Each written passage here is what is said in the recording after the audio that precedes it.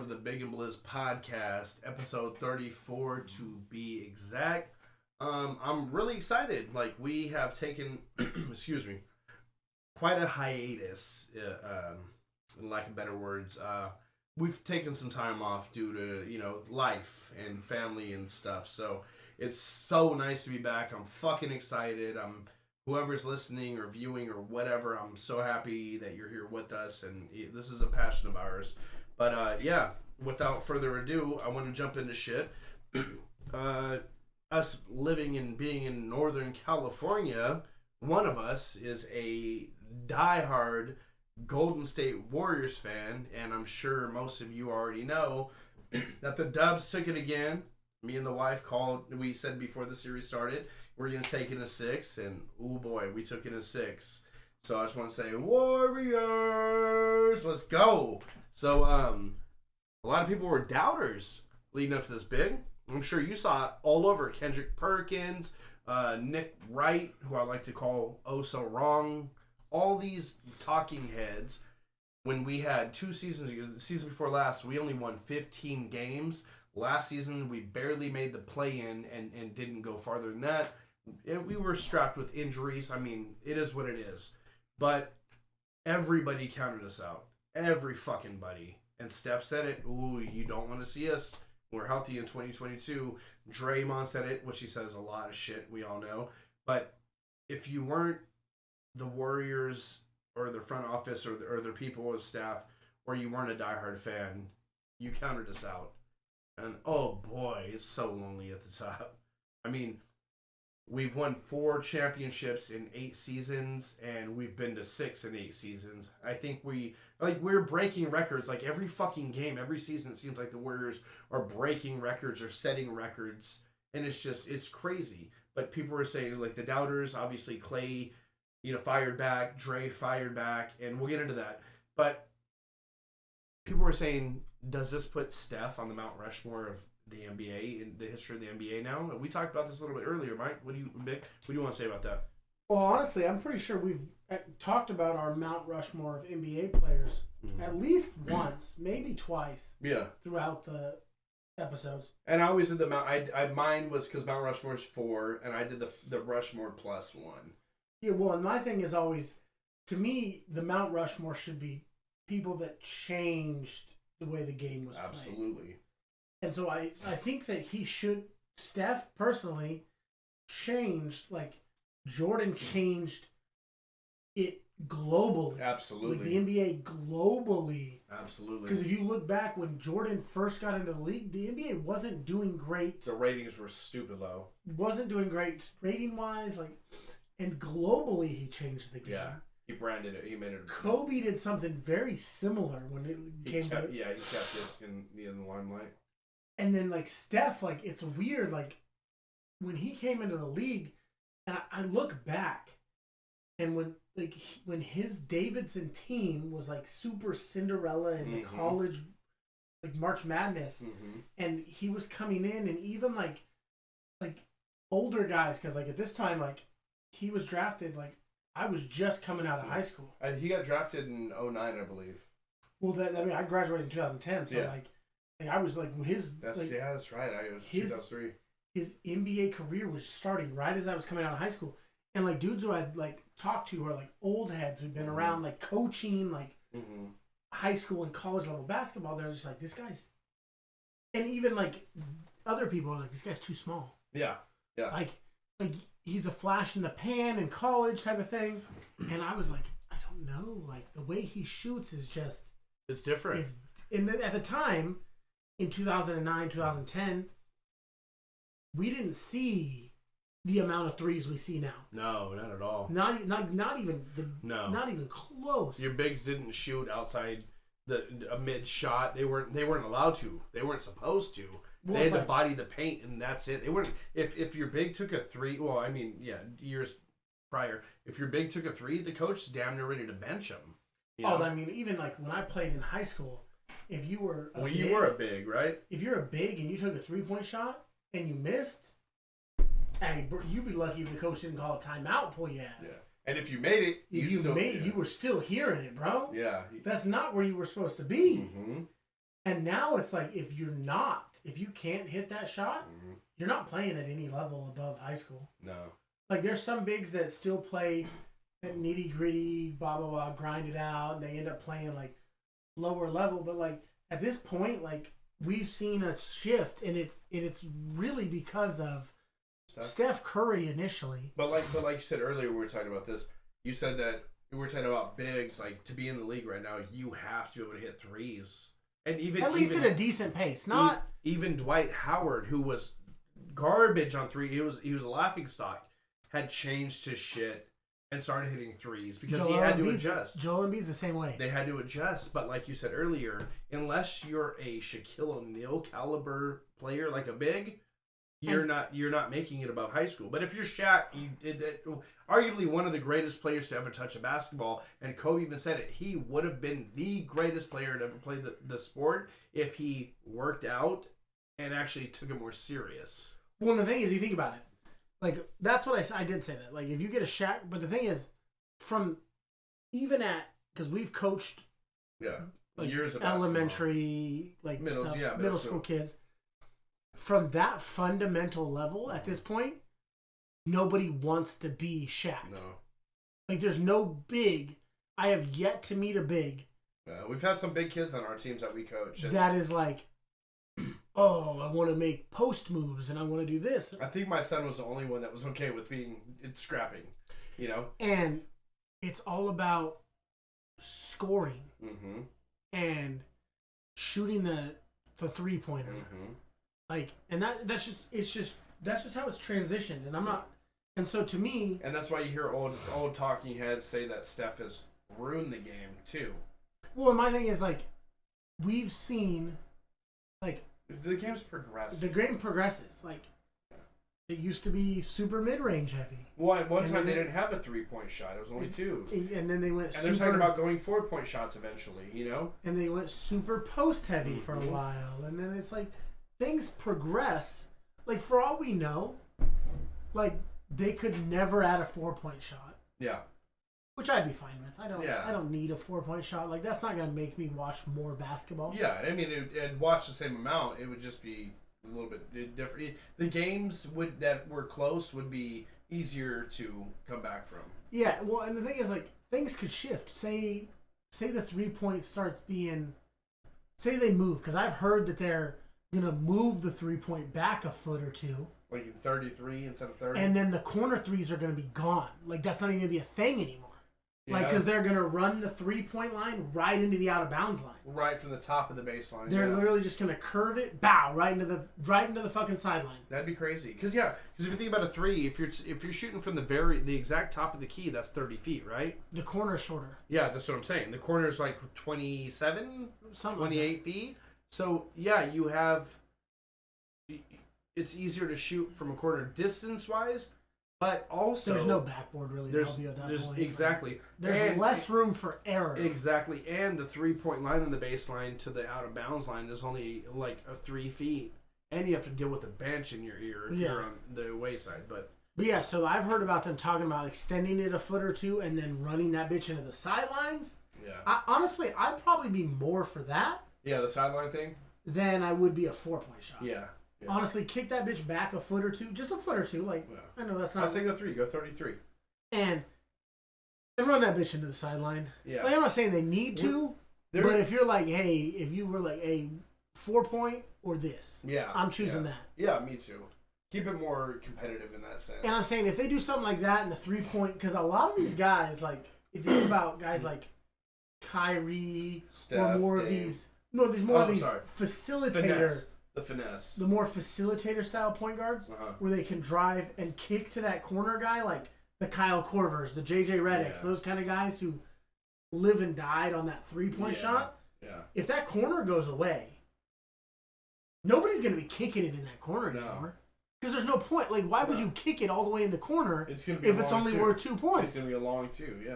So I think if that ever happens, not saying it's going to, whatever, that will dictate whether or not the 3-point continues to be as big of a deal as it is now. True. I think if they do that, you're not going to have bigs chilling in the corner when you got Kyrie drive, kick, boom, 7-footer hitting a corner three. I think that goes out the window. And so the game changes a little bit if they go that route. Yeah, no, I agree. Will they go that route? We're sitting here in a little shed type thing, you know what I mean? Like, we're not on the studio. We're not the Illuminati listening in on what the fuck they got going on. We're just a couple of dads. Hey, so when Steph broke that record, the most three-pointers in NBA history halfway through the season, wasn't it? The record had stood at 29, so 2,972, right? Because this year is 2,972 and counting, because the season was over, his career's not over, okay? Yeah. Right? So when he hit his 2,973rd three-pointer, he had gone from second to first over Ray Allen, right? Yeah. So do you know what he finished with after the season was over? Us playing through the 4 post-season series and winning the championship? No, what do you know?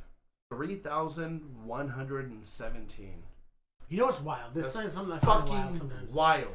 Is when they do some of these records, they don't count postseason stats. Well, this is just this record is 3-pointers made over your career. Yeah, I know, but some of these like I'll be like blah blah blah, and I'm like, that doesn't make sense. Like, he has to have more. Yeah. And they're like, oh, it doesn't count postseason. I'm like, so you're literally telling this guy, like, because over a career, he was too good that you can't count some of his shit. Like, if you think about it, like guys like Michael, Kobe, Shaq, long careers that spent most of their years playing in the playoffs. Yeah. Oh yeah, yeah. Let's say, just that could be 300 of games that you played in your career don't count towards your records. Yeah, that could be a third of your career. Like what? Yeah. To me, that's weird. But still, like, so 2,972, right? And he finished with 3,117. That's still what, 200 more? Yeah. That's crazy. That's one of those things where it's like he didn't just beat the record; he kind of like set a new bar type of thing. And that's why it says and counting. And honestly, I don't. When he's done with his career, because Steph, he's 33, but I don't see him slowing down for a while. He's got in my opinion, barring catastrophic injury, he's got at least, in my opinion, 3 years. Would you agree? I honestly, barring, yeah. I mean, honestly, we can't think of no one can predict a D Rose type of injury. No, absolutely. Or a Greg Oden. Well, you know what I mean? Like, that's what I'm saying. Barring that. Yeah. And he had broke the 3-point record for a season, a regular season, not postseason, a handful of years ago, where it was like 300. And I don't mark my words. I'm not. The numbers are completely off. But I'm ballparking it. It was like 300 and low or mid 300s, and then he had broke it by like 20. The first, when he broke it, the next season he broke his record. Yeah.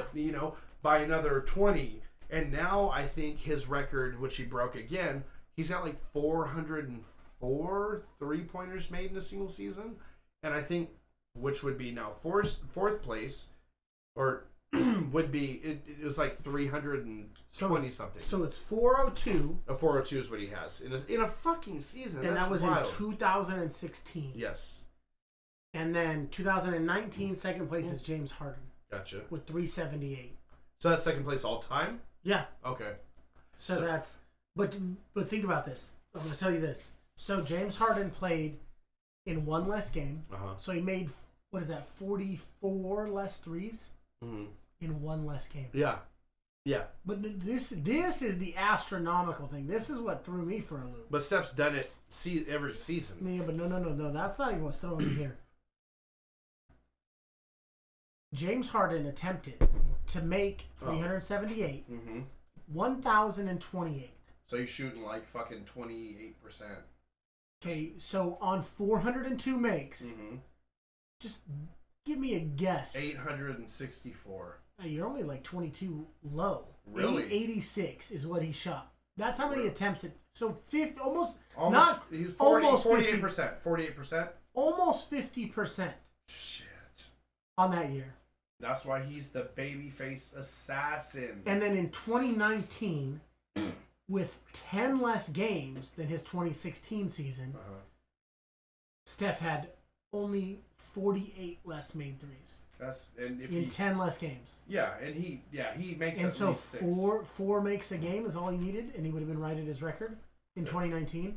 And in 2021, this is for fourth place. Steph was 16 games short And the injury of his record season for games played, and he was 65 makes short. Yeah.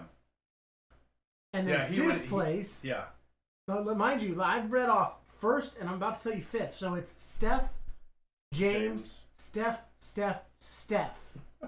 to get to fifth. 324, and he actually played the same amount for his record year. So 2016, he set the 402. 2017, he did 324 with the same amount of games, but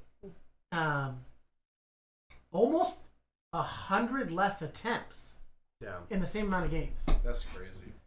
And then James Harden's in 6th with 299 in 2020. Paul George, I'm just doing top 10 real fast. Paul George, 2019, is in number 7, whatever. Steph is 8 and 9. Fuck. And then Buddy Hield is 10. So that means in the top 10. How many times did he list out of the top 10? 1, 2, 3, 4, 5, 6 out of the top 10 is Steph.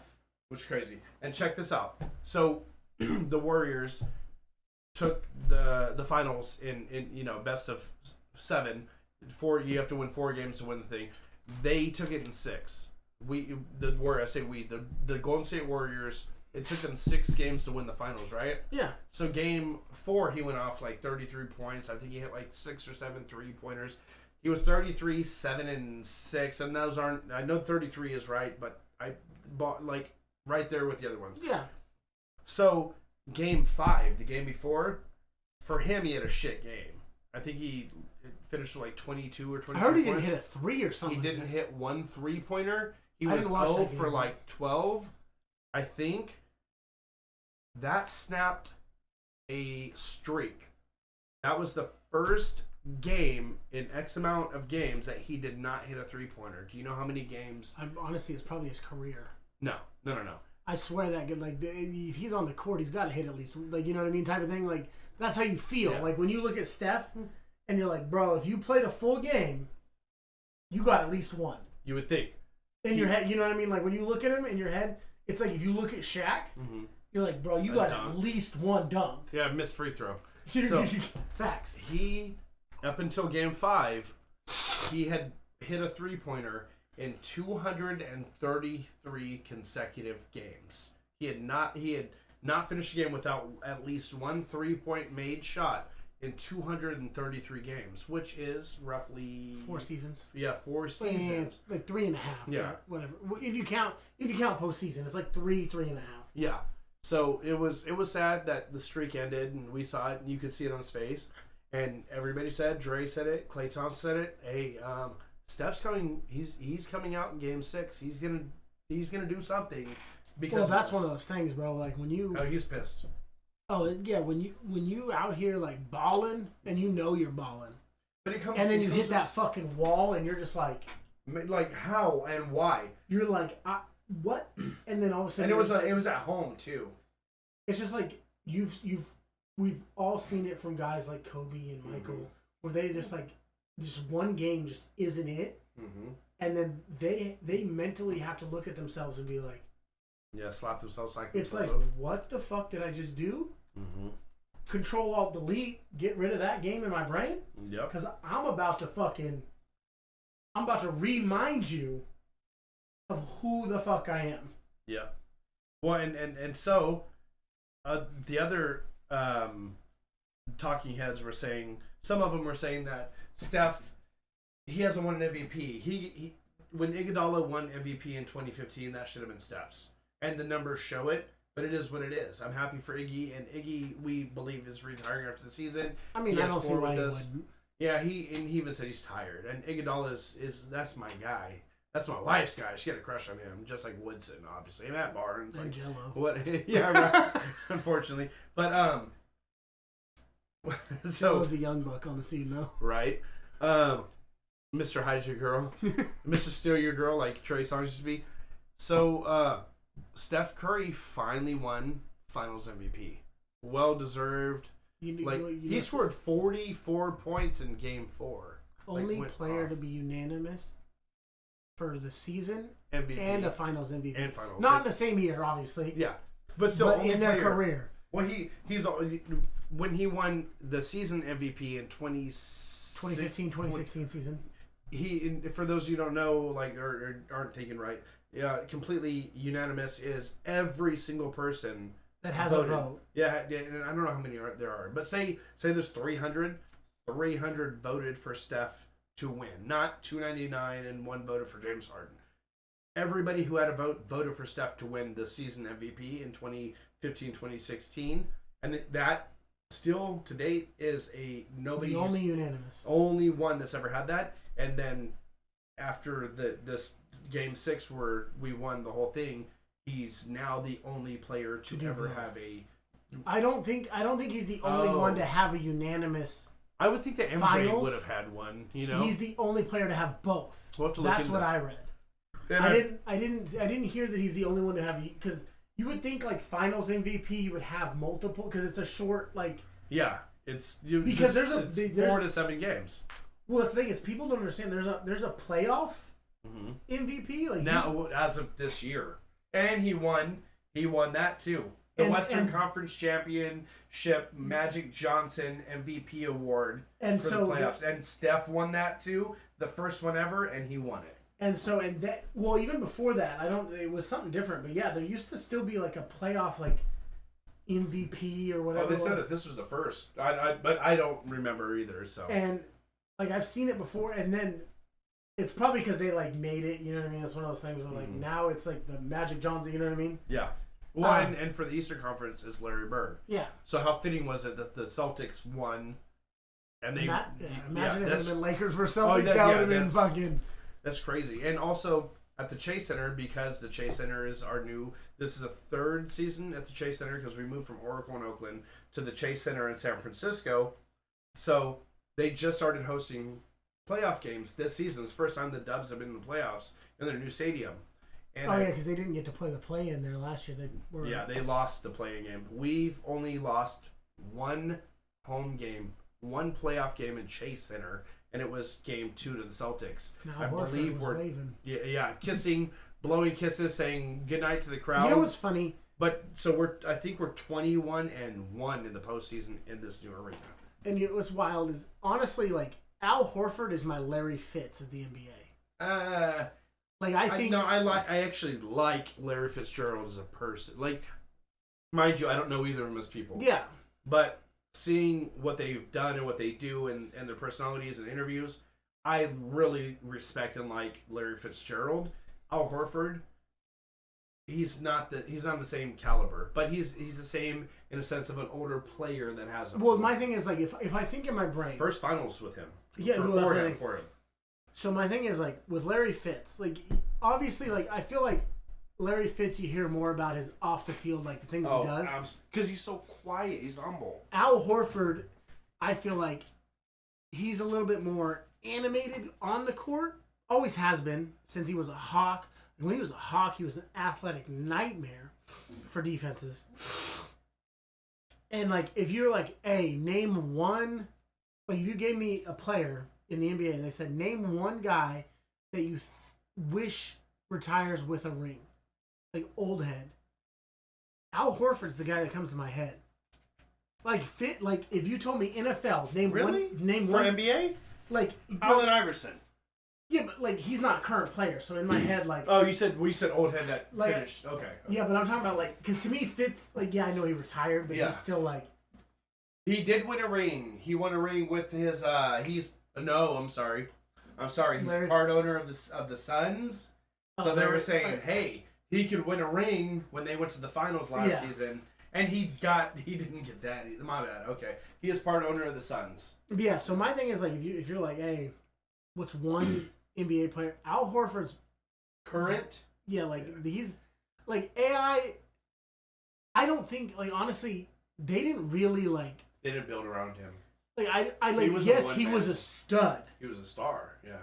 But do I think he ever had a team that should have won? Probably no. No, he took that Sixers team to the finals against the Lakers. I mean, they had him. Was just him. They had him, and then they had Iggy too. Not that year. I don't think they had him that year, but what I'm saying is the team they had really was AI, and then you referred to Iggy as AI 2. Yeah. And that was the same season though? I don't know if it was the same season, but they were together. So that's like the best they had was those two together in their prime. That Iggy played with AI and still playing. Oh yeah, and now he's a 4-time champ with the Dubs. And so my thing is like, if you were like, what's one really like? Horford's like gonna be top 3 on my list at least. I can't even. Right now I'm having a brain fart, man. I can't think of like really like if you think back like Chris Paul. Fuck him. He deserves. Yeah, I don't care. Yeah. Like great point guard. Like we've already talked about this a million times. Point guard. But hold on.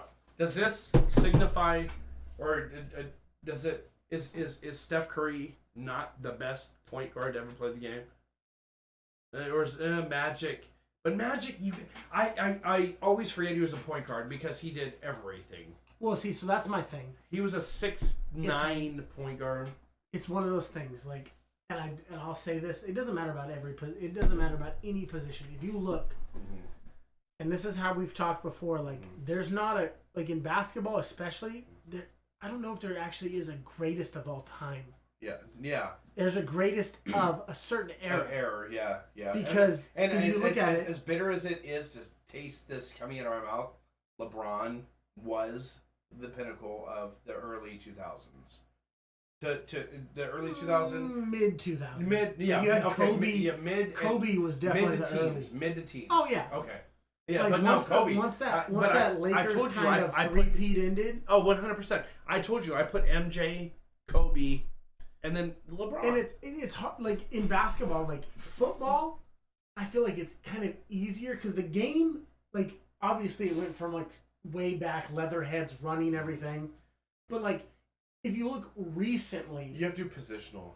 What I'm saying, even if you look recently, there hasn't been a drastic shift in the way the game's been played. Yeah.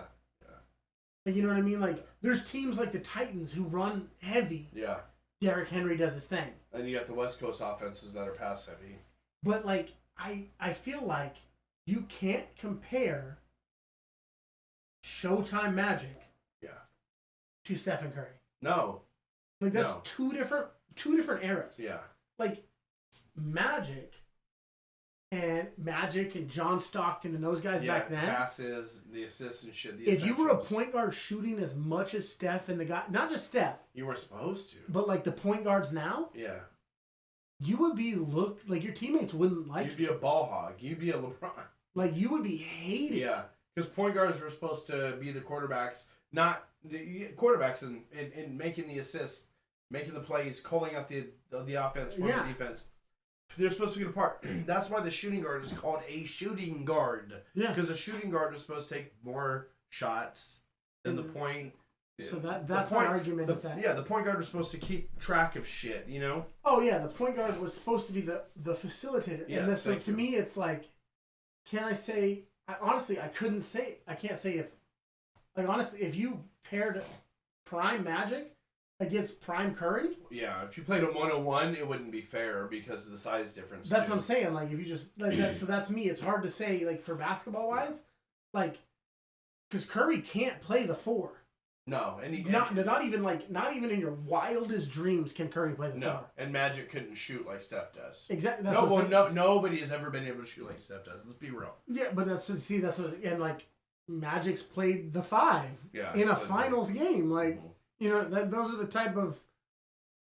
But Steph did show. He came out like for the doubters and. It showed that he's more of a two-way player than he gets credit for. Oh, no, I'm not saying his defense. I'm just saying, like... I know what you're saying, and I love the way he finesses when he drives the paint. Like, he gets to mix match, you know? Yeah. Drives the paint, and he's so fluid. He's like Bruce Lee. 100%. So fluid with his lay-ins, his floaters. Like, have you ever seen him not make have a floater that wasn't a swish? You know what I'm saying? Yeah, dude, that's what I'm saying. Like, if you watch him, like... I always used to make fun of Derek Fisher because Derek Fisher, like, if you look at him when he shoots, his 3 points, bro, those motherfuckers. Get the high arch. Motherfuckers touch the ceiling. It seems like they leave camera view. Got the McDonald's arches, and you're like, Like on old NBA Jam where it leaves and all of a sudden, wow! You're like, you coming back down? Yeah, right? Like, hey, is the 40th row going to catch this? Like, what we... And then, boom, just catches the... And you're like, what? Yeah, what the fuck just happened? And Curry does that all the time with his layups and his floaters where he just sends that bitch. And I'm like, hey, bro. Right. You know the basket's that way, right? You're like looking at your clock, or your watch and shit. And that shit just...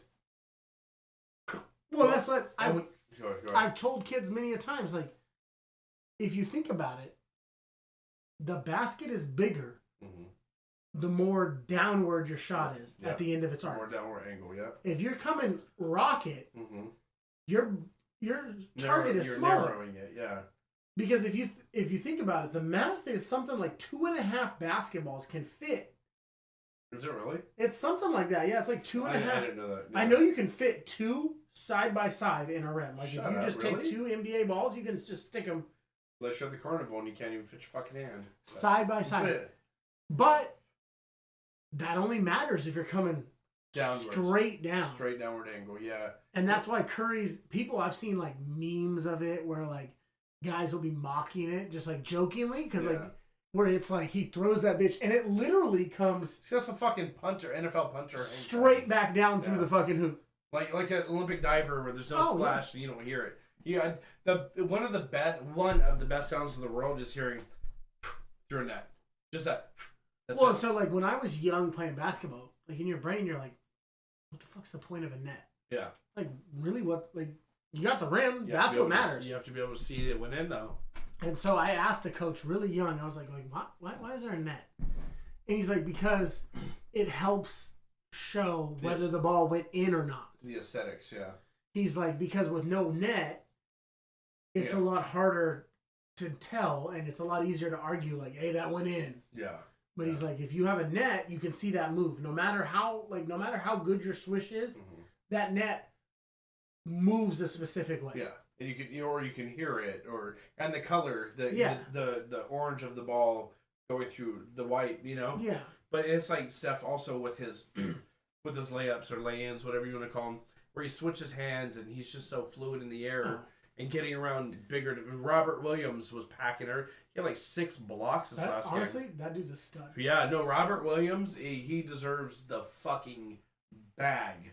Like the honestly, fucking bag. Like that, which is wild because he coming off injuries and shit. He played through knee injuries in the series. And last year or the year before, LeBron tweeted out that Robert Williams was that guy or something like that. Kind of thing.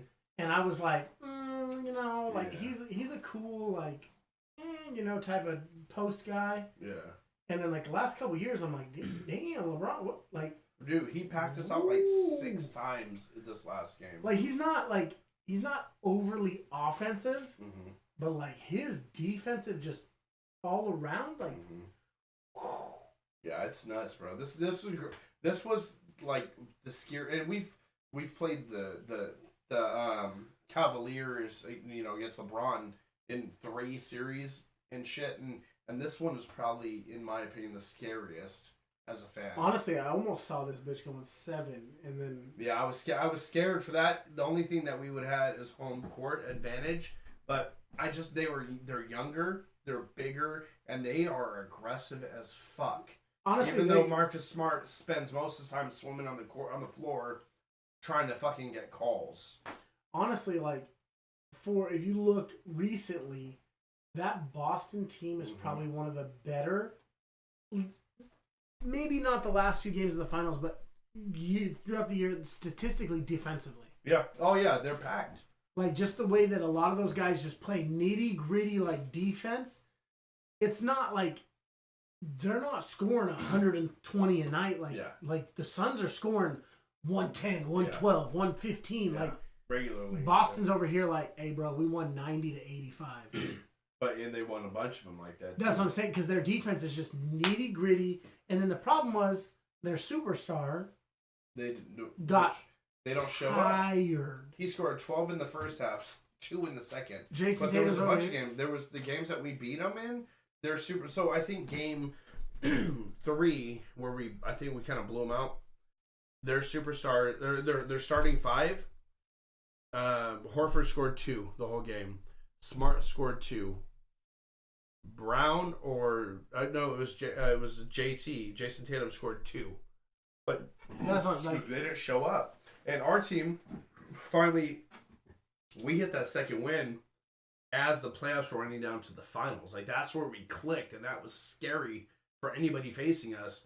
And then we had Kevon Looney. He's on a contract season. That's our big.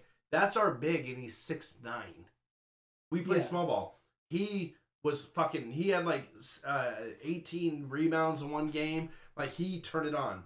We had Andrew Wiggins, the Maple Jordan's what they call him because he's from Canada. They call him Maple Jordan. He's supposed to be the second birth of Michael Jordan. Maple Jordan. Yeah, when he was drafted, he was supposed to be like the truth, the coming of the Maple Jordan to the Timberwolves, and it did not.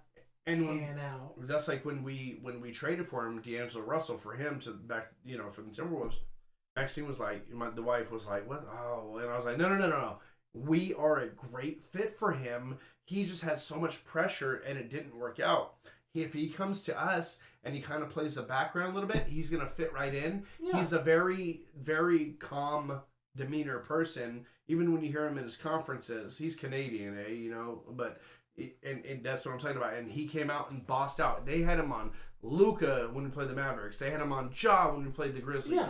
They had him on fucking Tatum, Brown, or Smart if need be. And if it wasn't for him, we wouldn't have done shit.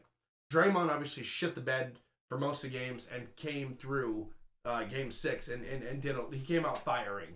Had like 8 points in the first half, which is big.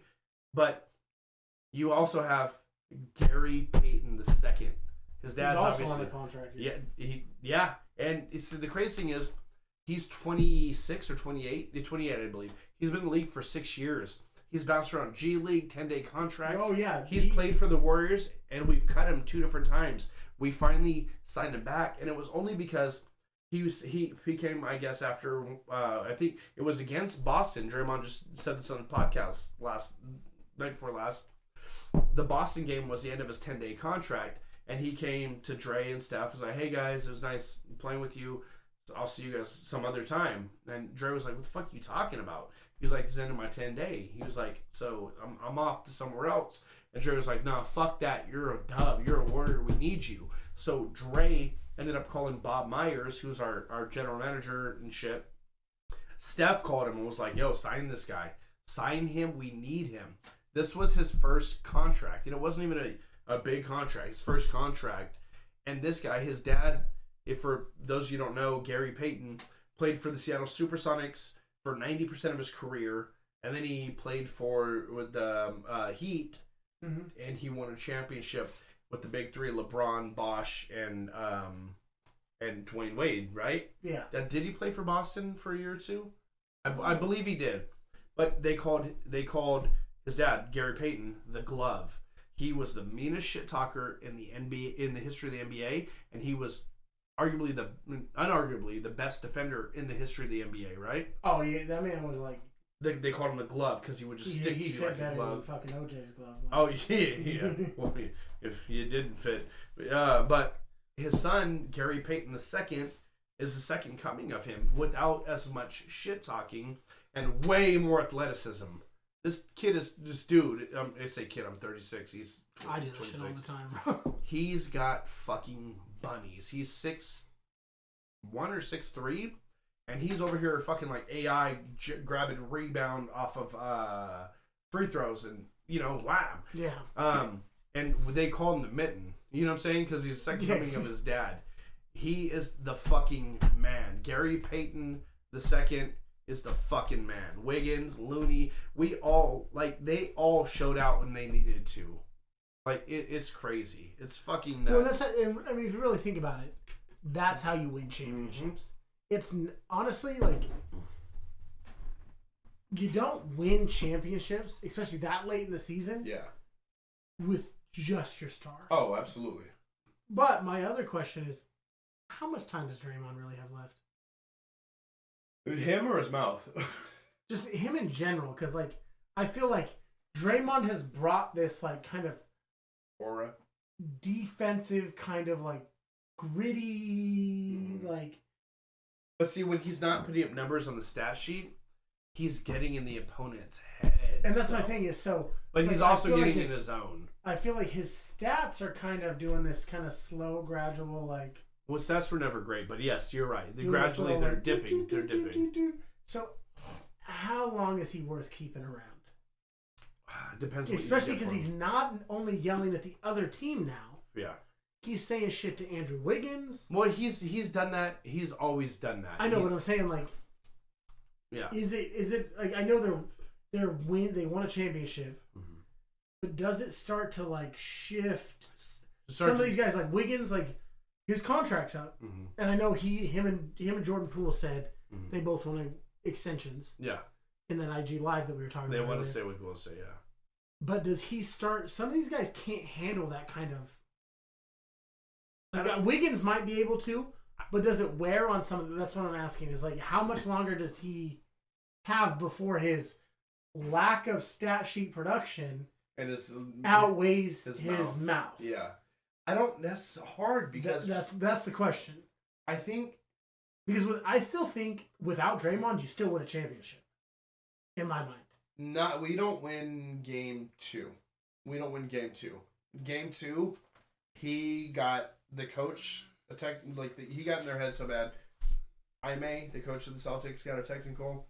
Smart, or one of them got a technical too, or Brown, one of them. But I still think you win the series without him. I don't know. That's what I'm saying. But he brings an energy. You know what I'm saying? Like and not to sound like a fucking complete asshole. And I'm not saying this to say that or to be like that.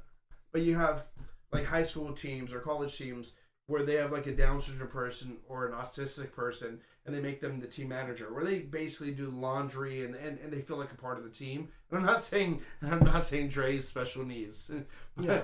You can act like it sometimes, but they give the team that boost. You feel me? Like, we're not playing for us, we're playing for him. And that's what Dre's been bringing to the table. Eventually, there's going to be something that outweighs that. That's essentially. I know that he brings like that like defensive fire. Yeah, he brings a dog out. But eventually, his mouth is going to overload his ass. Yeah. So you're asking how long until that happens? Because like eventually his stats are going to decline, which means because eventually when he's not getting rebounds and he's not getting in people's heads because he's not that dog. Yeah. Because if you're not getting steals and you're not getting rebounds, people are going to stop being afraid of your bite. Yeah. You know what I mean? Yeah. But the greatest thing is, even when he has like 0 on the stat sheet, he talks so much shit. That's what I'm saying. Like, it fucks them up. There's eventually going to be a point. Yeah. You know what I mean? Where they're like, yeah, fuck this month. Shut the fuck up. Yeah. Like, it's going to be a point like Kendrick Perkins. Like, I don't listen to a thing that motherfucker says. I fucking can't stand. Fuck you, Kendrick, you fat piece of shit. You're a fucking bitch. Anyways, but you know what I mean? Like, there's a point when everybody's going to be like, this dude's just blowing smoke out his ass. Yeah. Like, and to me, I feel like we're getting real close in the next, like, few seasons, 2 to 3 years. Yeah. No. Yeah. That he's going to hit that apex, like. Yeah.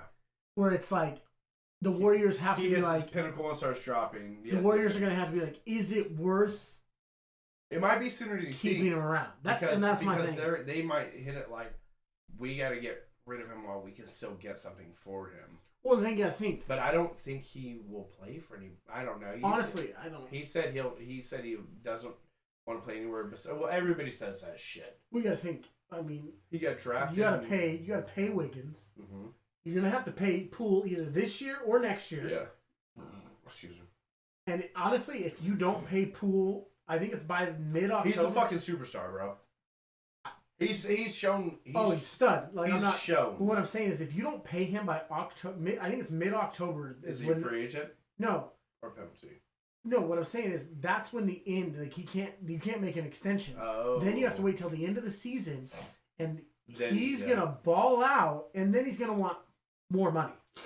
There's no way Poole doesn't take a step forward this year. Yeah. And want more money. So you need to get that extension done, like. Yeah, ASAP. Now, yesterday. Especially with him not being a for sure starter right now. It's like we talk about the Cowboys and Zeke and Tony Pollard. Oh yeah. Tony Pollard, he's still on his rookie contract. Like, it's coming up, I think, after this season. But what stops him from going and being the face of another franchise or the face of the running back position for another franchise? You don't always want to be stuck behind the guy who's the guy. If you're the fucking guy, if I'm the man, I don't want to be stuck behind the guy who's the man also. And there can't be two of us on the field at the same time like that. Well, that's the thing I've noticed. By the way, the Cowboys, Tony Pollard, I guess this camp, they've been working a lot of wide receiver shit with him so they can keep him in on both. My thing is, I've seen, and this is something you've seen change. Like we were talking about things that don't change in the NFL very often. This dual running back bullshit. Mm-hmm. Like I've seen that. Like we got this guy and this guy. Yeah. And I'm like, bro, like what? Yeah. Like to me, you have to pay two running backs, number one running back money. I'm like and then you got guys like Titans where they're just like Derrick Henry going to run down your throat. But I'm like, but when he gets hurt, you lose hella games. You know? And so my thing is like in my mind, I'm like, you can't have 2-star running backs. Mm-hmm. It's like you can't have 2-star quarterbacks. Like you have Garoppolo and Trey Lance fighting for position, and neither of them are stars. Let's be real, but they're the same caliber when it comes to stardom. So who was it? It was one of the big coaches who said if you have 2 quarterbacks, you have none. Yeah. Because if you have two guys power struggling for the same position, might as well you end up having nobody because half the team's going to want Jimmy G for that example that you brought up, and half the team's going to want Trey. Yep. And then when Trey plays, this half's going to be like, wow, why isn't Jimmy G playing? And they're not going to play as hard and give as much. And so it was either I don't want to say it's Madden because I don't know if it was him, but it was one of like the big like influential like John Madden or Jimmy Vince Johnson, Lombardi or one of those guys that Jimmy Johnson literally said if you have 2 quarterbacks, Bill Belichick. I'm gonna look it up because I'm. Yeah, no, go ahead, look that up. But in between, go ahead because there's more to it. I'm just gonna run off the contracts real fast while you look it up. So I mean, it was usually credited to John Madden. Damn, you're right. You're right. If you have 2 quarterbacks, you actually have none. It's credited to John Madden. I wanted to say John Madden, but I mean you got it. No? But real fast, obviously we've been off air for a while, so some of this might be a little bit older news. Cooper Kupp signed the Rams re-signed him for biggest wide receiver contract, I believe, in the NFL history. He signed for 3 years for $75 million. Yeah, $25 million a year is up there, right? So I think wide receivers. I think what they're trying to say is the biggest per year, because I think we've seen. I mean, if you look at it, I think we've probably seen more. Yeah. But it's 6 years. The way they break shit down. So yeah. Well, we watched the whole Pat McAfee on that. The cash over cap. Yes, sir. So Cooper Kupp is staying a Los Angeles Ram, 3 years for $75 million. Hunter Renfrow, $32 million over 2 years. So that's 16. 17. 16. Oh, yeah, my bad. $16 million. So and he's a slot guy. He's not a one. He's not a Cup. And I'm happy that honestly he's Wes Welker. Yeah, but that's what I compare him to. But way better, but similar, yes. Well, no, I mean, I would say has 5 rings, so. Huh? Wes yeah, Welker but that was more of a quarterback rings. than Welker. Let's be real. Hunter Renfro's been putting up huge numbers with Derek Carr. Think about that. As slot receiver, and Derek Carr airs it out more than he does over the No, I mean, I'm just saying, honestly, Hunter Renfrow reminds me a lot of. Yeah, no, I agree. They're just kind of nitty gritty across the middle kind of guys. Oh, absolutely. Yeah, he got $32 million for 2 years and $21 million guaranteed. The Raiders have spent $440 million on 5 guys this offseason. That's fucking crazy. Devontae, yeah. Hunter Renfrow. Aaron Donald re-signed. He got quarterback money year-wise? Yes. 3 years, $95 million. That's almost $33 million a year. Well, it's about $30 million a year. It's because if 4 more million, it would be 33 on the dot. Yeah. So it's 31 and a half or whatever, 31.25. That's quarterback per year money. 1,000,000%. And after I didn't look at. Does he have 3 full like really productive seasons in him? Probably, I think so. Super. He's a D tackle and he's. I didn't see what's guaranteed either. So, but the other thing is I didn't read the story, but after this, there was another story that said he had restructured his deal to help the team. Oh, which means he's probably getting more, backloaded. Like Tom Brady's been doing that for his whole season or his whole career. I mean, that's why they say his whole like he's the most unselfish quarterback. His analyst deal that he has waiting on the table, like it's $10 million or 10 years for like 200 something million, is worth more than his whole NFL career, endorsements and contracts combined. Yeah, I think Tony Romo's still better now. Yeah, they're not money wise. No, I'm not saying money. I'm saying better. But honestly, Tony Romo, and this is my fucking hot coach. My Cowboys. This is my hot take. That man was an above-average quarterback. I won't say elite. I will never say elite for Tony Romo. You can't. But I think if he had a team built around him, I think he could have done big things. Above-average quarterback. Yeah, absolutely. I would say in his don't disrespect my guy, okay? It's my quarterback. Man. You know what's funny is I've always loved Tony, even in the dark days where all other Cowboys fans I knew were like, he's shit. I'm like, fuck you guys. Honestly, we have a shit team. Romo's the man. Like prime Romo. Like if you told me, hey, prime Romo in that league, I would say top 10 quarterback. Lower end of top 10, but still top 10. Not flashy. He did his thing, whatever. But as an announcer and a play-by-play guy, top tier. Like A+, like just watching the way he breaks down, because his mental game is just, like, I don't think I saw it as much when I watched him play the game, but his mental aspect when he's calling games, sometimes I watch him call something, and then, like, it happens almost verbatim. Yeah. And this isn't a one-off. Like, it's look like it up on YouTube. Every fucking game. And I knew he was going to be like this when Dak took his job when he was a rookie, and he stayed on the sideline with the headset. Romo stayed on the sideline with the headset and was a quarterback coach.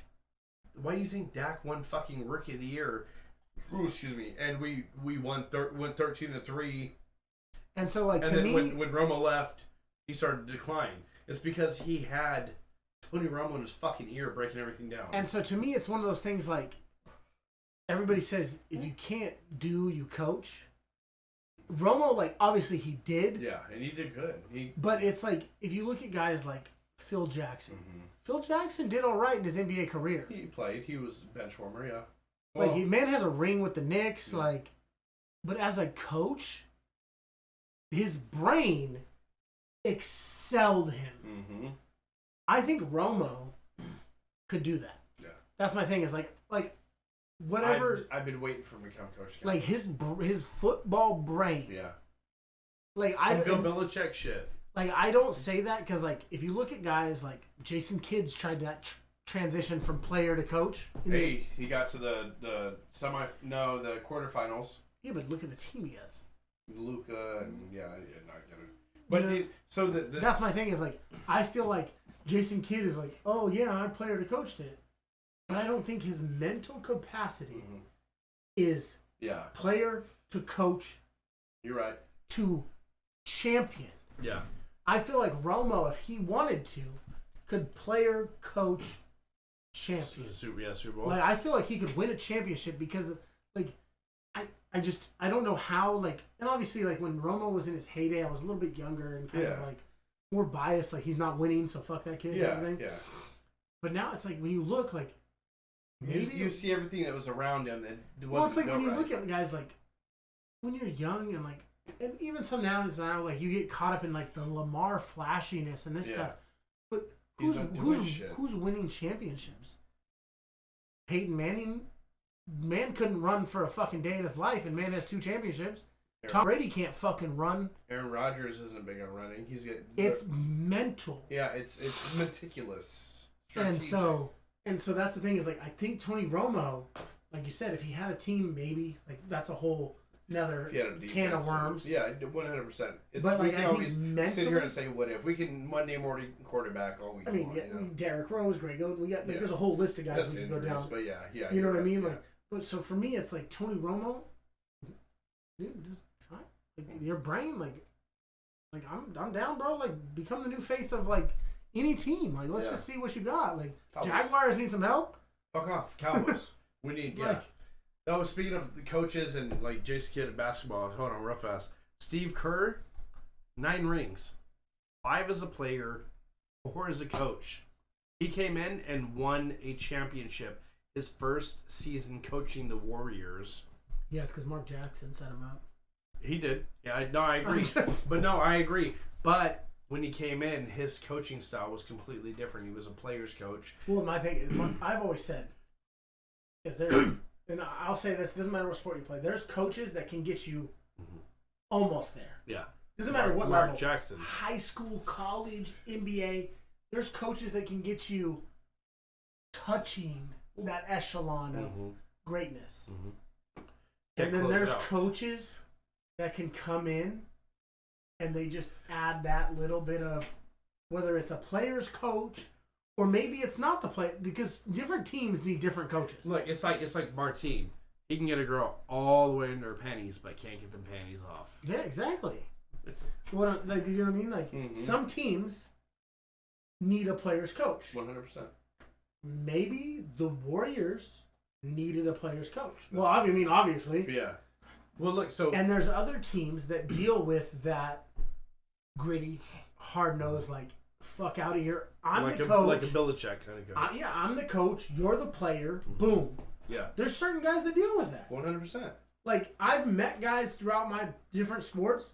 Like, if you look at them and say, hey, boom, boom, boom, boom, do this, they're going to give you... Yeah. They follow orders better. Everything. Yeah. And there's other guys that when they hear that, they're like, fuck you, bro. That's disrespectful. And I'm like... But is it? Like... And then other guys are like, if the coach comes to you a little bit differently. And so that's the thing. Is like... Yeah, I'm not saying that Jackson was a terrible coach. Yeah. I'm just saying, like, sometimes... Couldn't get him over the hump. There's that coach that just... Didn't Kerr coach, after he retired, coach the Suns, and then went into commentating, and then came back out for the war? Yeah, I believe so. But, so he was on the second half, the second end of the three-peat. He won three championships with the Bulls and Michael Jordan under Phil Jackson and shit.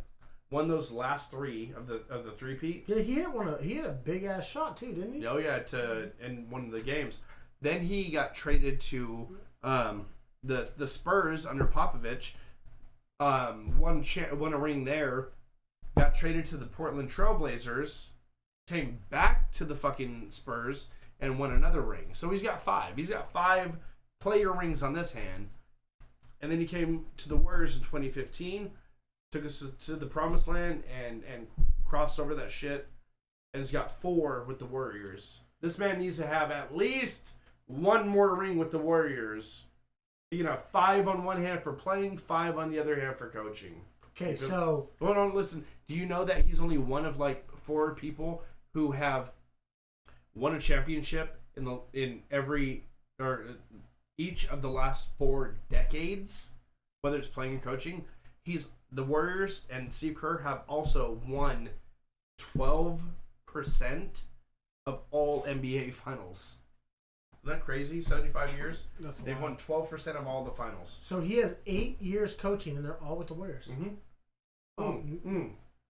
So he didn't coach the Suns like I thought he did. Okay. 2015, he coached. That's when he started coaching. Won Coach of the Year, won the finals, all that shit. And so his career is 629 games. Oh, his numbers are fucking crazy, like win to loss. 429 wins, 200 losses. Yeah. 68% win. That's some wild shit. 93 playoff wins and 34 playoff losses. That's crazy. His worst season. Worst season was the COVID season, which was only 65 games. And we won 15. It was a 23% win percentage. Yeah. Everybody was hurt. his best win percentage was actually his second year. 2016. Yeah. We lost. We won 72. 89%. Oh, dude. 73 and 9. That shit kills me. We broke the Bulls' record stood since the 90s of winning 72 out of fucking 82 games. They only lost 10. We came in, we broke a record, winning 24 in a row to start the season. Which is crazy because he wasn't even coaching. It was Luke Walton, wasn't it? Yeah, because he had to have back surgery. So Luke Walton was technically the coach that won 24 in a row. Game 1 through 24 was what's won. What's he done since then coaching? Shit the bed with shit the the Lakers bed, and the Kings. Yeah, so won 24 in a row to start the season. Obviously lost a couple. Well, yeah, literally probably lost one. One of these big runs. Ended up beating the fucking Bulls record, winning 83 and only losing 9. And for those of you who don't understand, that is fucking ridiculous. Playing 82 games in a season and only losing 9?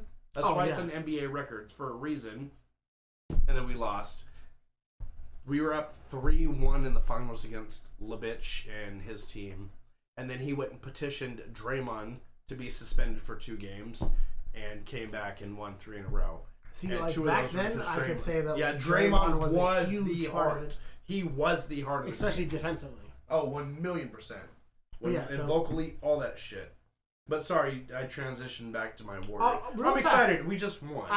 That's fine. I didn't know this about Kerr, which is weird. His dad was assassinated? No. Do you know where he was born? Yeah, Germany, I think, or something. Lebanon. Oh, Lebanon, okay. Beirut, Lebanon. Gotcha. Didn't know that. It's right here under his... his dad was assassinated, too. Like that's why he's so big with the gun control shit. Like, that, to me, that's wild. Yeah, that's an odd country to be born in. Okay, real fast before we start going on other tangents, because I know that's how we do, and we're at, just over an hour. Oh, shit. And I'm not trying to... shorten us. It's the first time back in 3 months. Oh, I know. We need to get in our regular season team this one win-loss. That I have hella big? Yeah. Yeah. Because I know we both can go down different paths, blah, blah, blah, whatever. Yep. And honestly, the Weddle's about to reset, and I think it'd be dope if we just crank out the easy one, the hard one. Yeah, because, once we do these picks, and I think... I have a couple other little things, but... Yeah, little. It's not a big... But we had fun doing the Weddle earlier, and it's about to reset, so Let's run it. I'm going to look up the Cowboys schedule. Oh, I thought you had it pulled up. I have the Broncos one pulled up, so we can go... I'll go through it. If you... obviously, you can input your... Yeah. Are we writing these down? Yeah, if you want to write it down, I don't have my... Oh, shit. Open... We got them recorded. We don't need to write them down. Okay, so I don't remember the last time we've played in Europe. So we're playing in Europe this year. And mind you, we're doing the 2022-2023 NFL schedule. He's a Denver Broncos fan. I'm a Dallas Cowboys fan. So he's gonna. You know what? I'll call out the Broncos schedule. That way you can just. I have a point. Okay, got you. Well, so he's gonna tell you. So he's gonna name off the matches. Yeah. And he's going to say who he thinks is going to win or lose. And then you weigh in on whether you... So keep score. Whether you think. I'm just going to put wins and losses. Yeah, that's all. I don't care. So, which week 1, I don't know if you've ever seen, it's the matchup of Russell Wilson versus his old team. Seahawks. That's a dub. He's versus his old coach. Basically. Versus Drew Lock. Yeah. Seahawks haven't found a replacement for Russell Wilson. So that's a dub. Broncos dub. Hold on. Drew Lock showed flashes, and honestly, as a player, a personable player, really liked the kid. Yeah. I call him a kid because he's probably 10 years younger than me. Yeah. But kids like Marshawn Lynch on the sideline dancing and getting into the music, cool kid. Yeah. Don't think he's a franchise quarterback. So you said week 1 win? Yes. I'm just going to keep a score of how many wins. Broncos versus Seahawks. Mm-hmm. Week 2, Texans. Easy dub. I agree with both of you so far. Week 3, Niners. That's a dub. Yeah, I believe so. Deebo Samuel's not happy there. The quarterback situation. That's another dub. I agree. I think the first test comes week 4. That's in Vegas. I still think our offense. I think we've done enough to win that game. You think so? Yeah, I think. I don't think it happens. I think you guys take your first L, but and then week 5 is the Colts. They had a great season last year. They have Alex Smith as a quarterback. I just who's their running back? Jonathan Taylor. Like he's they went into the playoffs. But he got injured last. Did he get season before? Huh? No, they went into the playoffs. They're cool. I still think the Broncos win that. Okay, so what do we? How many? So week 5. And yeah, I'm at 5. Yeah, okay. I'm at 5-0 right now. So Colts were the 5th, right? Yeah, Colts. And you said win every so far. So far, I think. Okay. I personally and. You think 5-0 so far? I think 5-0. Okay. At Chargers is the Monday night game, a Thursday night, and then a Monday night. Damn, that's tough.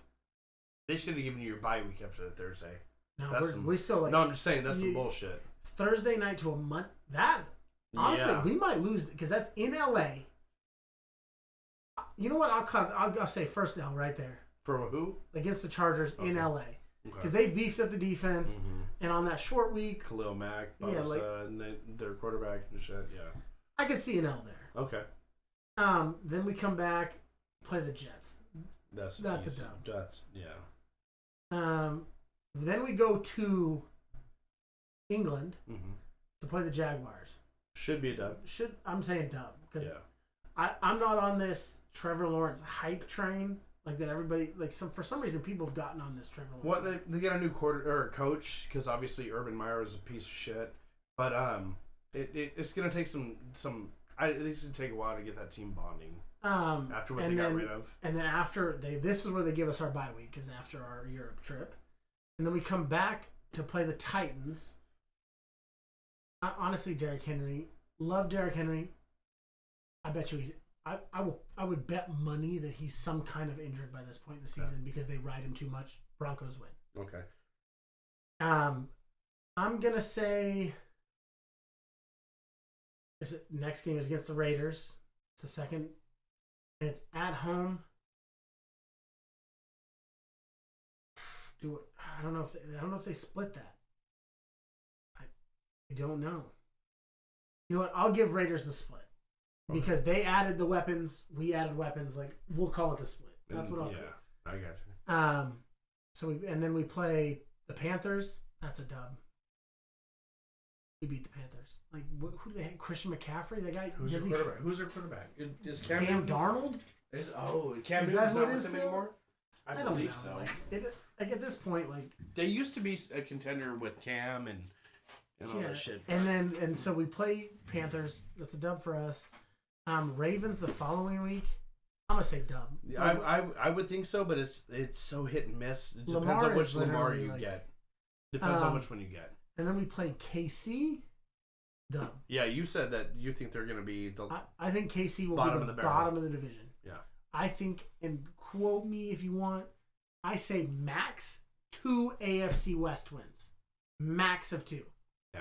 So we don't know their whole schedule right now. So yeah. So I think they might beat the Chargers, maybe, and maybe and honestly, I really think they beat the Chargers once and don't beat the Broncos or the Raiders either time. Yeah. If full honesty, and I could see them losing all 6. Yeah. Both the Chargers, both the Raiders, and both the Broncos, and just getting swept. Yeah, and so that's a dub. Then we play Cardinals late in the season. That's a dub. Late in the season, Kyler Murray's broken. And then he doesn't even want to be there. We play the Rams on Christmas Sunday. Oh shit. I'll give us an L there. Yeah, okay. The Rams, they could still be. We don't know what to expect with them. Yeah, and then so we come back on New Year's Day to play the Chiefs, which we get a dub there. And then to finish off the season, we play at home against the Chargers. So I'm saying dub there. Another dub? Yeah. Well, I got 14 wins chalked up, so 14 and 3. 14 and 3. I'm not against it. The only one that I argued with was when you said dub against the Raiders at home. And I split it. I gave us the win at the Raiders' place. I split it too. I think the Raiders win at home, but I think they lose at Mile High. And the funny thing is, I put it the other way. Yeah. And it's called Great Value Stadium now. Just Great Value, but it's at Mile High. I know. No matter what the stadium is, it's at Mile High. Yeah, great. That's funny. Going back, the Waltons bought Walton's team, whatever. Walton Penner. It's the bought the daughter and her husband. Yeah, Walton daughter and her husband. Yeah, bought the team for $4.6 billion. So it's fitting that Great Value is their sponsor because Honestly, Value... I don't know if that's what they're changing the name to. I just joked. Oh, you were joking. Oh, 100%. I was like, that's fitting because Great Value is their... I joked. That was my Walmart reference. I wouldn't be surprised. I don't know what it's Mile High. It's something at Mile High right now. It has to stay Mile High because it's monumental. It's historic. So... all right, now your team, Cowboys. All right. Do you have it pulled up, or do I need to pull it up? Oh, I can pull it up. Oh, I got it. I've got it. Okay, we're not doing preseason, right? No. Because you guys would smoke us in the preseason because that's who we play as you. Oh, is it? I didn't even. Game 1, and mind you, they're saying that the Cowboys have the easiest schedule in the whole league this season. Which, hey, fuck off. It sucks for you guys. I'm happy because we've got some shit schedules over the years. So it says week 1. No, I'm sorry. Let me see. That's preseason. So right now it's in. They're saying 3 preseason games. So never mind. We don't. Are you playing in the regular season? Well, no, I'm saying, are you playing in the Hall of Fame game or whatever? I don't know. It says we have 3 preseason games, so I'm guessing. You're supposed to only have 2 now or whatever. Yeah, so we must. Unless you're playing the so it's in Power Field right now. That just so we can at Mile High. So preseason week 1, the Cowboys play the Broncos at Empower Field at Mile High. I just call it Mile High. Right. Week 2, the Cowboys play the always in my eyes San Diego Chargers, even though they're Los Angeles Chargers. And week 3, we played the broken Seattle Seahawks. So does that mean we're playing? So Texas. we play you the week 1 of the preseason? Yeah. Oh no. So when we talked, because there is 3 preseason games. But remember when we talked about the schedule, we had that conversation about 9 home games either way. Yeah. So depending on your alternate year, for those of you that know, we switched to 17 games, 18 weeks, 1 bye, which means that the preseason was shortened from 4 to 3. Yeah. And then, so the difference is it alternates. So each year, your home stadium will host 2 preseasons and 8 regular season home games. Gotcha. So you'll have 1 away preseason game this year, your team. Oh, and gotcha. 2 home ones. So yeah, so it's going to be revolving. So the AFC 1 season will have 9 regular season home games and 8 regular season away games. And the next year it'll switch to the NFC. Yep. We'll have 9. That's what I read so far on it. And yeah, so it is what it is. So let's get into regular season. We start week 1 against the Buccaneers again. Yeah, I literally was looking at this. I was confused thinking it was last season. I literally pulled it up just so I could see it in my brain and just kind of like fathom what's going on. And I was like, Buccaneers, isn't that who you guys played this year? Yeah, which is crazy. So this last season, that game, honestly, for opening game, they said it was like the best. One of the best that I've seen opening game wise. I think the best I've ever. Not being biased because I'm a Cowboys fan. So those of you that remember or don't know, last NFL season, the Cowboys opened up in Tampa Bay against the defending champion Tampa Bay Buccaneers, and it was a fucking shootout. And we ended up losing the game 33-30, I believe. Yeah. Mind you, the Cowboys kicker missed 3-point afters and 2 field goals or some shit. Yeah, he missed a bunch of fucking kicks. And we should have been able to win that for those reasons. But in retrospect, like, if you would have made this point, here... It could have changed how Tampa Bay the whole played dynamic, the butterfly effect. So I think we should have won it, but... I'm biased. So, week 1, and mind you, they also had re-signed all 22 of their starters from the previous season. That didn't happen this season. I'm saying Cowboys beat the Buccaneers. I think we have a chip on our shoulder from last season. Week 2, we play the Bengals. I'm going to say we lose. I mean, that's a tough game. They made it to the Super Bowl and without an offensive line, and they fucking stole an offensive lineman from the Cowboys, who was one of our Pro Bowl offensive linemen, and they've stacked their offensive line. As a Cowboys fan, I say the Bengals or the Bungles beat us, okay? I'm being realistic, not biased. Week 3 against the New York City Giants, I say it's a dub for the Cowboys. I say we beat them. Week 4 against the Washington, who the fuck knows what their name is anymore. It was the Redskins, it was the football team, it was the Commanders, and now it's Dan Snyder does not want to testify in his legal actions. And I say we win. Who's their? Oh, we talked about this. I was gonna say, who's their quarterback? It's Wentz. Oh yeah, Carson Wentz Or Taylor Heineke. We'll see who at this not point. afraid of either of them. Micah Parsons got their number. He's like on speed dial. Micah Parsons got everybody's number. Absolutely. Like real talk, if fucking Watt wouldn't have had the season he had, could have had Parsons would have had Rookie of the Year and Defensive Player of the Year. Which is probably the first time it's ever happened. Like, but Watt decided to have a fucking. Watt decided to come out and fucking show his big brother up because sibling rivalry. Fuck you, JJ. Just kidding. Anyways, week 5 we play the Rams, and it's at LA. I think the Rams win. Week 6 we play the Philadelphia fuckasses, and also known as the Eagles, and I think we win that. With Jalen Hurts? Yeah. No, we're gonna. Yeah, Mike Parsons gonna hurt him. Yeah. The Eagles, Philadelphia in general has the worst fan base in sports history, and fuck you guys. I'm just gonna throw that out there. Week 7, we play the Detroit Lions, and I think that's a W for us. If it's that I don't even, honestly, like, I'm at this point where I don't even know who plays for them anymore. I'm at this point that too, but I'm at this point where like these memes that run around where like an XFL team needs to play the Lions to like get in. I'm cool with it. Like, absolutely. At this point, like. Or a US, what's the new league? The USFL? The Lions should have to play a play-in tournament against the USFL teams. Or an XFL team or something. To be able to come back and play in the NFL. Like, for real, bro. At this point, like, Wait, Goff and... Oh, they have Goff. I forgot they have Goff. The Ford family makes shitty vehicles and a shitty team. Like, I'm sorry. If you're a Lions fan, like, I don't even know what to tell you at this point in life. Yeah. But just make sure the bullet goes through. Week 8 we play the Bears. I think that's a W for the Cowboys. Week 9 we have a bye week. Week 10 we play the Packers.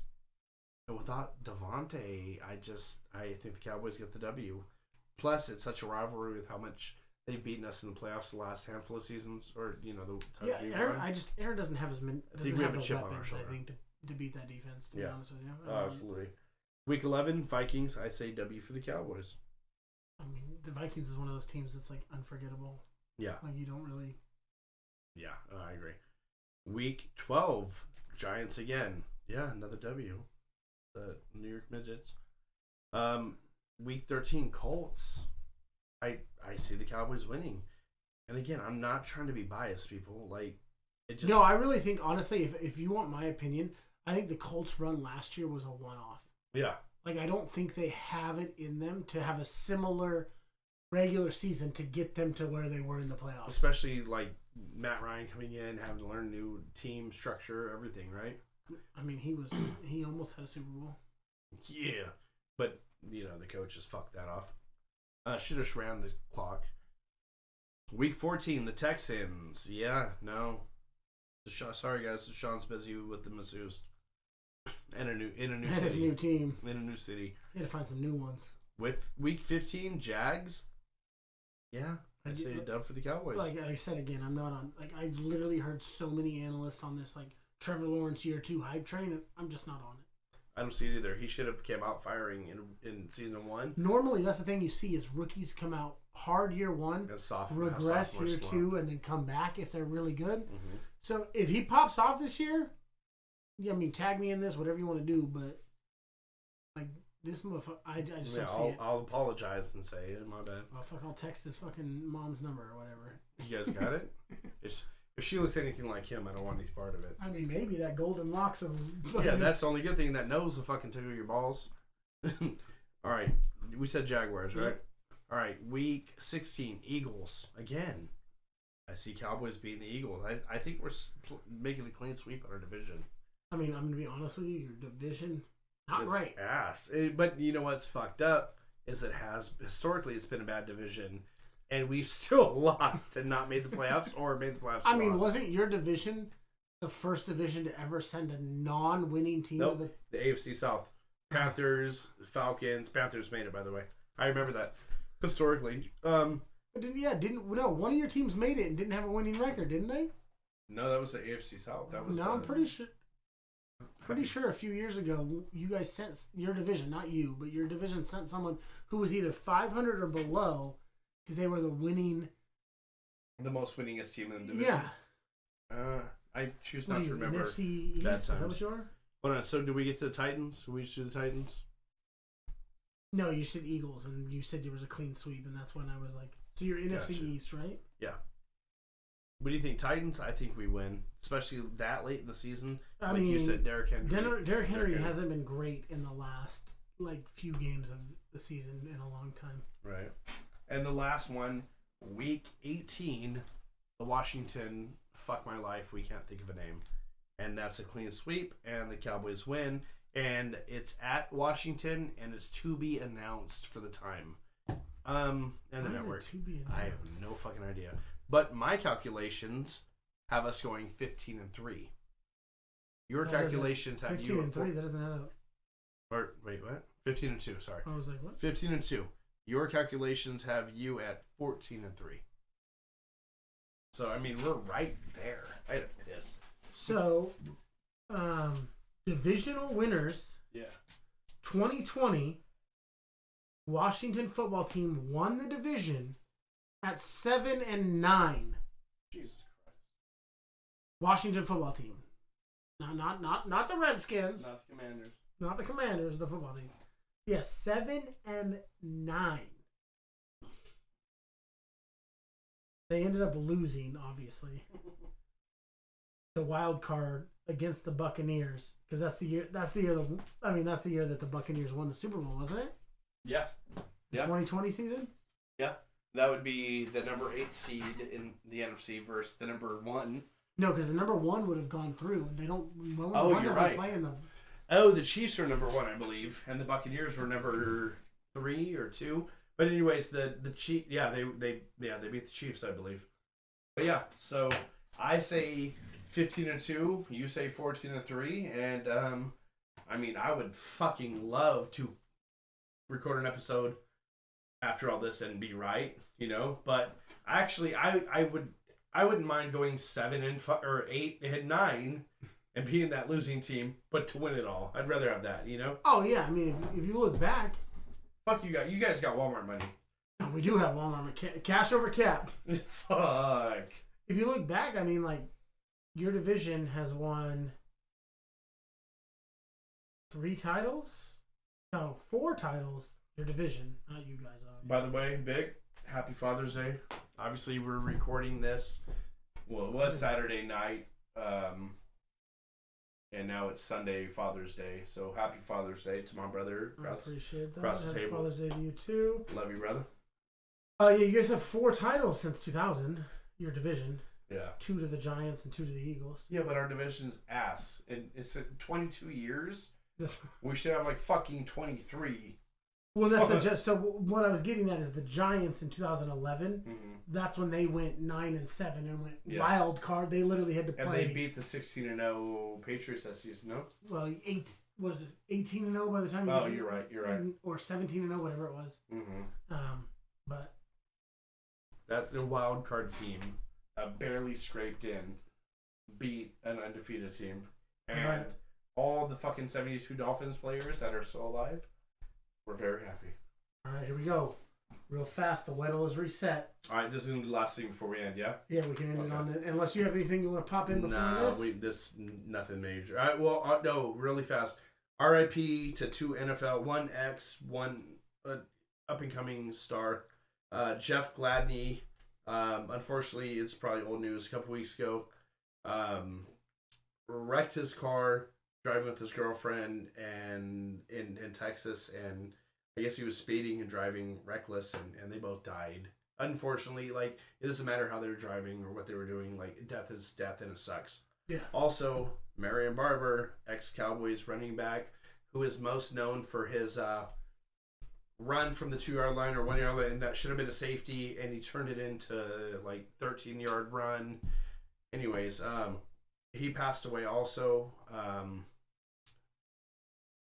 I guess he's had like CTE, like what you would think would be CTE issues, where they, a couple of, like 2014, I believe, they arrested him like half naked at a church, outside a church in around Dallas, Fort Worth, with a pistol, just acting quote unquote crazy. I would chalk it up to CTE possibly, but I'm not a physician.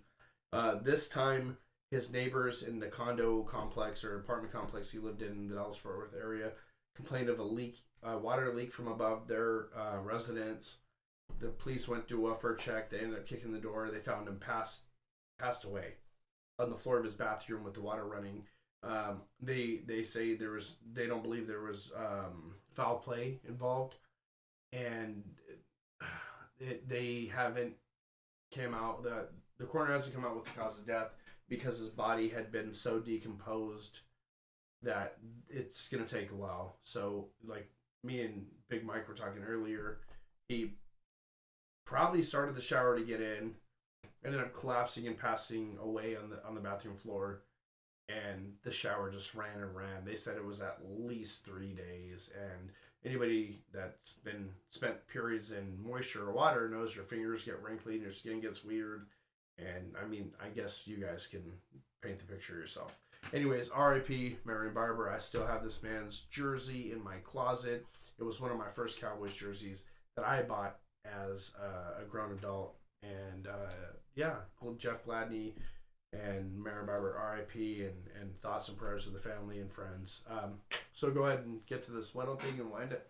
All right, so we're going to go with the easy, and we're not going to look anything up. You want to explain to them what the Weddle thing is? So if you don't know, for a lot of people, they've been playing Wordle. It's like this.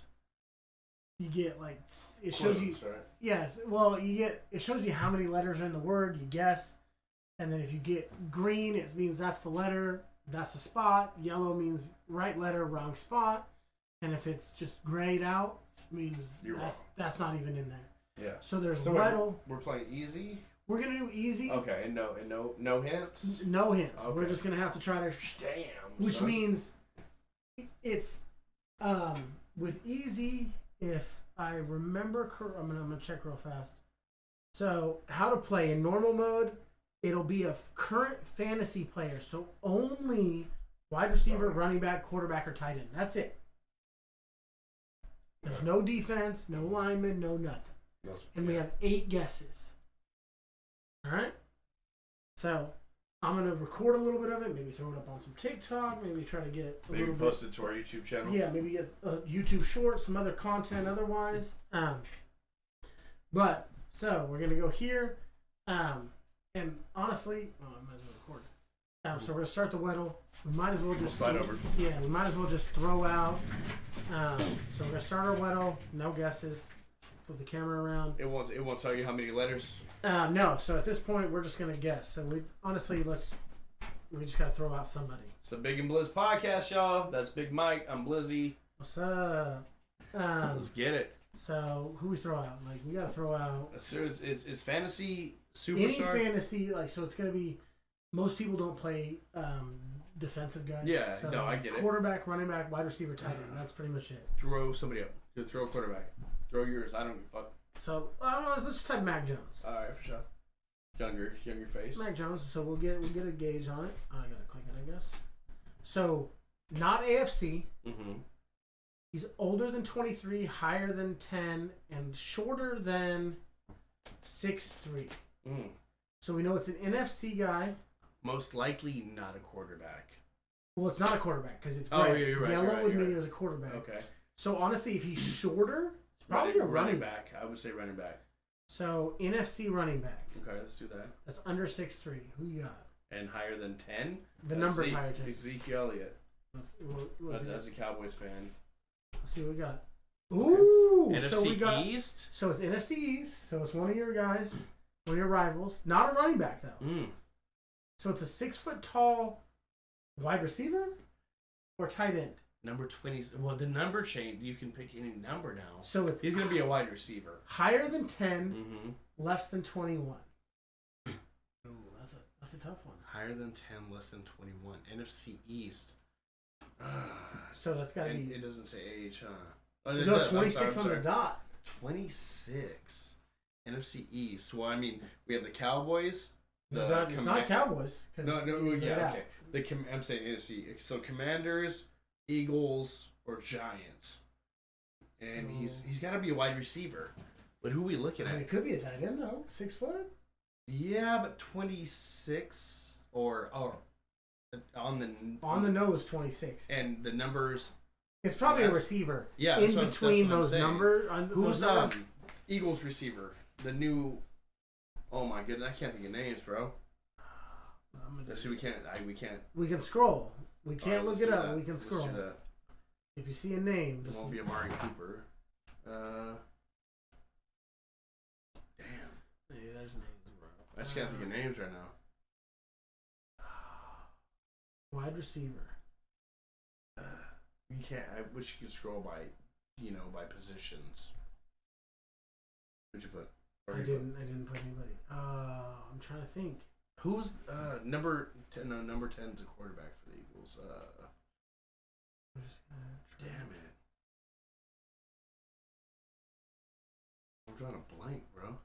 That's what I'm saying. Like, it's tough, man. So, Commanders, Eagles, man, Giants. Who the Giants have? It's 26. So he's been in the league for a little while. Yeah, I can't think of the names of their wide receivers. That's a tough when you have and I mean, we just talked about your division. Your division's not hot. Yeah, that's what I'm saying. That's what I'm saying. I can't even tell you who's the wide receivers. I can't even tell you the names of the wide receivers for the Eagles right now. That's what I'm saying. I can't. I would just pick a name in there and see what comes up. We don't know. We got to know if they're NFC East though. Yeah, we know they're. Well, I can tell you if they're NFC East. I can tell you that much. Let's see. Scroll through like the middle. Like go hella far down. All right, let's see what we got here. This Kyler Murray? No, I'm just kidding. Yeah, right. Is there another Lamar Jackson? You see this? It says Baltimore. Yeah, right. The only time I've ever seen that is with the AJ Greens because there's 2 of them. Oh, who came over from the Titans? AJ Brown. Oh, AJ He plays for the Eagles right now. Okay, so let's go Brown. But is he 26? I know, we're about to find out. Okay, so we're right there as a receiver. We knew that, though. I know we knew that. AJ Brown's just not old enough. That's the issue. Or tall enough. We also know that the number's more than 11 now. So damn. Should be like 13. Like, oh, okay. So, I mean, AJ Brown. So he's not. We know he's not on Philly though. So he's got to be a Giants receiver. Wait, how do you? Oh, okay. Yeah, because Philly's grayed out. I can't do it. I can't think of who to. Scary Terry. Try it. Terry McLaurin? Is he still on the Commanders? I don't know. Who? I'm trying to think of who Daniel. Boom! Was it? You right? You got it. Hey! Look at that. Scary Terry, let's go. baby. Terry McLaurin. All right, let's go. Damn, that's what's up. I literally was like, is he? I didn't even honestly didn't realize that he was 26. That's why I thought he was older. Damn! I was like, Scary Terry? Honestly, I thought he left that team. Yeah. In my mind, I left that. He left that team. That's crazy. That was easy. Hey, we got it in 4. No, yeah. Out of 8. Shit. 4 out of 8. With no phone or With nothing. With no phone. But you can't do the other mode right now. Huh? Oh, we could do hard. Oh, fuck it. Let's run it. All Let's right. use phones. All right, so we're gonna. You gonna record it and we'll use mine or share mine? Well, how about let's end the podcast and do hard off podcast so we have something else we can post later. Got you. And we'll post this as a short or. Yeah, we'll put it on something. Can we do short yet? Yeah, we should be able to, right? Or do you have to have a certain amount of followers? I think you have to have 100 followers. I don't know. Either that or it'll be up on my TikTok. If it's up on my TikTok, I'll put the tag in the YouTube There you go. video. There you go. Yeah, Big Mike over here. That's what's up though. But yeah, so we're gonna sign off. Thank you for listening to the Weddle. We figured that shit out before. If you want, like I said, if you want to watch us try to figure it out and stumble over our shit, see our faces. A link in the description. Yeah, I mean, most of you probably haven't seen our faces yet. Oh yeah. That TikTok that I'll edit a little bit so that there's not a bunch of dead time in the video because I don't know how long it was. But yeah, you'll see some of our recording studio. But yeah, no, these Weddles I think they're fun. Like, honestly, no, they are. I didn't even know about this shit until earlier when we were pre-gaming for the podcast, and you brought it up, and we tried. Like, this shit's pretty dope. But the hard ones, for those you don't know, before we sign off, the hard ones, it's offense, defense, defensive line, every position, and you only get 2 more guesses. 8, right? You know, we start 8's normal mode, 10 is hard mode. So. Yeah, and those we're gonna use phone to do a little bit of research. Obviously, if you and watch, that's still hard with the phone. If you watch TikToks or whatever, we're gonna try as best as we can without the phones. But if we get stumped, we trying to win here. Yeah, right. Hey, like Belichick says, if you ain't cheating, you ain't trying. Right. Sometimes it be like that, right? So. But for the Big and Blizz podcast, I'm your boy Blizzy. This is Big Mike across from me, and we appreciate each and every one of you. And hopefully we're not on a 3-month hiatus and we get back on a normal track depending on life and work schedules. But like I said, Happy Father's Day to everybody. Oh, yes. Happy Father's Day. And to the mothers that are being mothers and fathers, happy Father's Day to y'all too. But for the Big and Blizz podcast, we're signing out. Peace.